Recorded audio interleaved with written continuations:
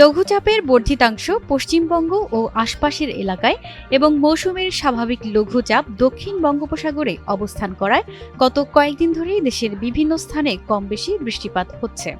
এই ধারা আজ ঈদ উল ফিতরের দিনসহ পরবর্তী কয়েকদিনও অব্যাহত থাকতে পারে বলে জানিয়েছে আবহাওয়া অধিদপ্তর। লঘুচাপের কারণে গতকাল রাজধানী ঢাকায় সকাল থেকে দুপুর পর্যন্ত বজ্রসহ ভারী বৃষ্টিপাত হয়েছে।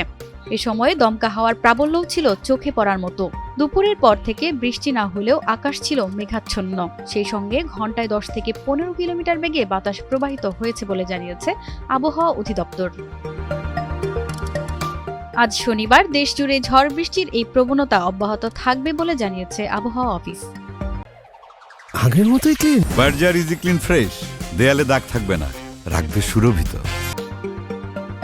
বলা হয়েছে আজ শনিবার 21 মার্চ সকাল 9টা থেকে পরবর্তী 24 ঘন্টায় রংপুর, রাজশাহী, ঢাকা, ময়মনসিংহ, খুলনা, বরিশাল, চট্টগ্রাম ও সিলেট বিভাগের কিছু কিছু জায়গায় অস্থায়ীভাবে দমকা অথবা ঝড়ো হাওয়া ও বিদ্যুৎ চমকানো সহ বৃষ্টি অথবা বজ্রবৃষ্টি হতে পারে। সেই সঙ্গে কোথাও কোথাও বিক্ষিপ্তভাবে শিলাবৃষ্টির সম্ভাবনাও রয়েছে। এই সময়ে সারা দেশে দিন ও রাতের তাপমাত্রা সামান্য কমতে পারে। বৃষ্টিপাতের এই প্রবণতা আগামী 3 দিন অব্যাহত থাকতে পারে বলে পূর্বাভাসে বলা হয়েছে।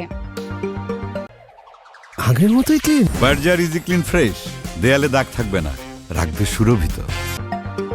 এদিকে আজ দুপুর 1টা পর্যন্ত দেশের অভ্যন্তরীণ নদীবন্দরগুলোর জন্য পূর্বাভাসে বলা হয়েছে পাবনা, টাঙ্গাইল, ঢাকা, ময়মনসিংহ, যশোর, কুষ্টিয়া, ফরিদপুর, মাদারীপুর, খুলনা, বরিশাল, পটুয়াখালী, নোয়াখালী, কুমিল্লা, চট্টগ্রাম ও সিলেট অঞ্চলের ওপর দিয়ে পশ্চিম ও উত্তর পশ্চিম দিক থেকে ঘন্টায় 45 থেকে 60 কিলোমিটার বেগে বৃষ্টি ও বজ্রসহ বৃষ্টি এবং অস্থায়ীভাবে ঝড়ো হাওয়া বয়ে যেতে পারে। এসব এলাকার নদীবন্দরকে 1 নম্বর সতর্ক সংকেত দেখাতে বলা হয়েছে। প্রতিমা সরকার, এনটিভি অনলাইন।